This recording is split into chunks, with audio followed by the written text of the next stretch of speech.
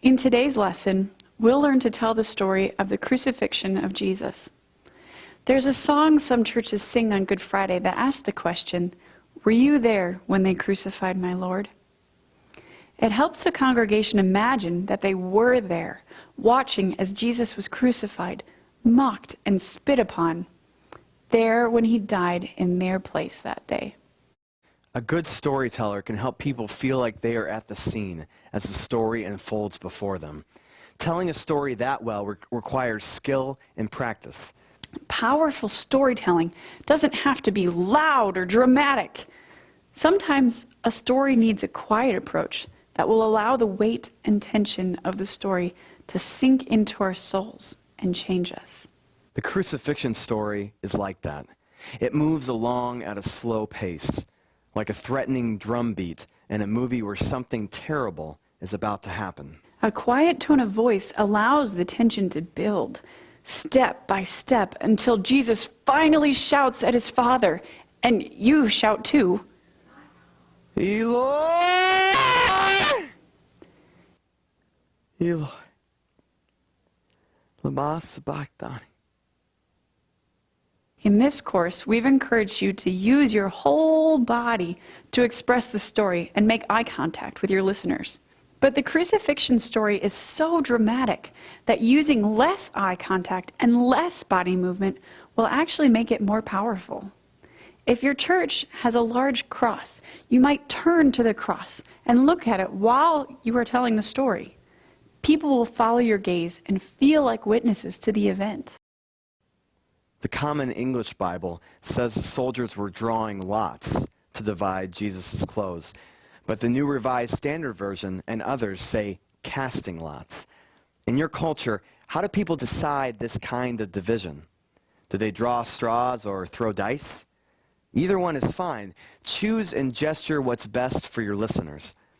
The soldiers were probably throwing dice or animal knuckle bones. Romans use both. So we'll use casting lots. When the curtain of the sanctuary is torn in two, make a big tearing gesture. That's the climax of the story, because the curtain of sin separating us from God is torn apart by the death of Jesus. Pacing, the speed at which you talk and your use of pauses, is very important in this story. You want your audience to have time to see and hear and feel what goes on in the story. So in some sections, tell it at a slower pace and use a silent pause to allow your audience to feel the weight of the events. This is a painful story to tell and a painful one to hear. We sometimes rush through painful things so they won't hurt as much. But this story calls us to slow down and experience what God did for us, as if we were there. It's painful to be mocked, painful to feel abandoned. With your voice, you can express the sneers of the crowd and the chief priests, and the sneer of the person who offers Jesus sour wine. With your voice, you can express anguish Jesus feels. Watch and listen to the story as Jason tells it. They brought Jesus into the courtyard of the governor's palace, and they called together everybody. They clothed him with a purple cloak, and weaving thorns into a crown, they stuck it on him.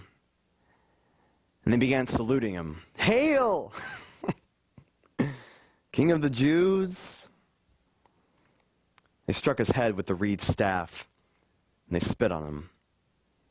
And kneeling down, they honored him. When they had finished mocking him, they stripped the purple cloak off of him and put his own clothes back on him and led him away to crucify him. They compelled a passerby coming in from the country to carry his cross. It was Simon of Cyrene, the father of Alexander and Rufus. They brought Jesus to the place called Golgotha, which means the place of the skull. And they offered him wine mixed with myrrh, but he wouldn't take it. They divided his clothes among themselves, casting lots to see who got what. It was 9 o'clock in the morning when they crucified him, and the inscription of the charge against him read, "This is the King of the Jews?" With him they crucified two bandits, one on his right and one on his left. Those who passed by derided him, shaking their heads and saying, "Ha! You who would destroy the temple and build it up in 3 days? Save yourself and come down from the cross." In the same way, the chief priests, along with the scribes, mocked him among themselves, saying, "He saved others, but he can't save himself. Let the Messiah, the King of Israel, come down from the cross now that we might see and believe." And those who were crucified with him also mocked him. When it was noon, darkness came over the whole earth until 3 in the afternoon. And at 3 o'clock, Jesus cried out with a loud voice, "Eli, Eli, lama sabachthani," which means, my God, why have you abandoned me?" When those who were standing nearby heard it, they said, listen, he's calling for Elijah." And someone ran, filled a sponge with sour wine, put it on a stick, and gave it to him to drink, saying, wait. Let's see if Elijah will come to bring him down." Then Jesus gave a loud cry and died. And the curtain of the temple was torn in two from top to bottom. Now when the centurion who stood facing him saw that in this way he died, he said, "Truly, this man was God's son."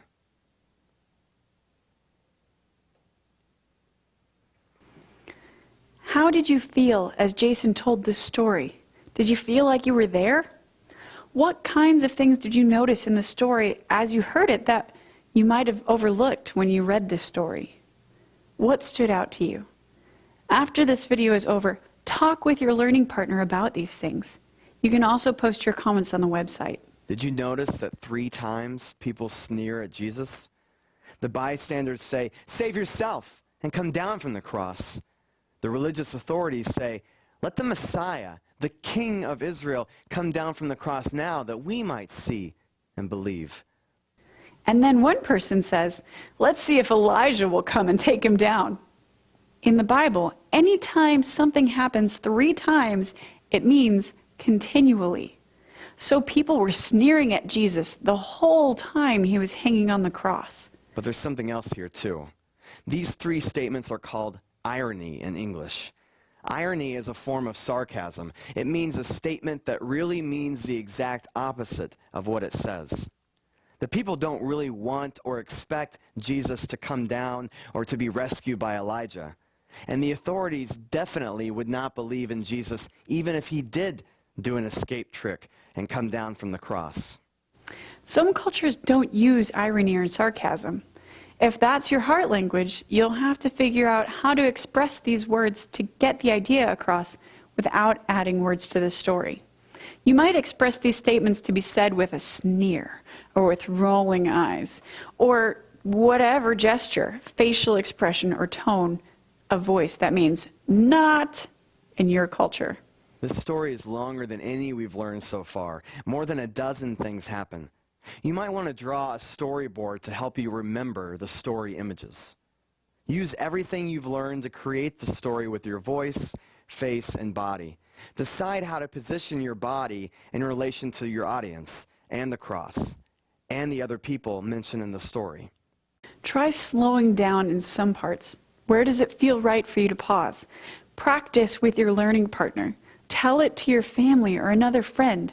The more you tell it, the easier it will be to tell well. When you're confident you can tell the story well, send us a video or still pictures of you telling the story.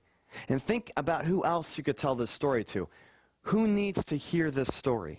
Then come back to the website and download video 10, Parables of the Lost. Thanks for joining us in learning. Until next time, tell it.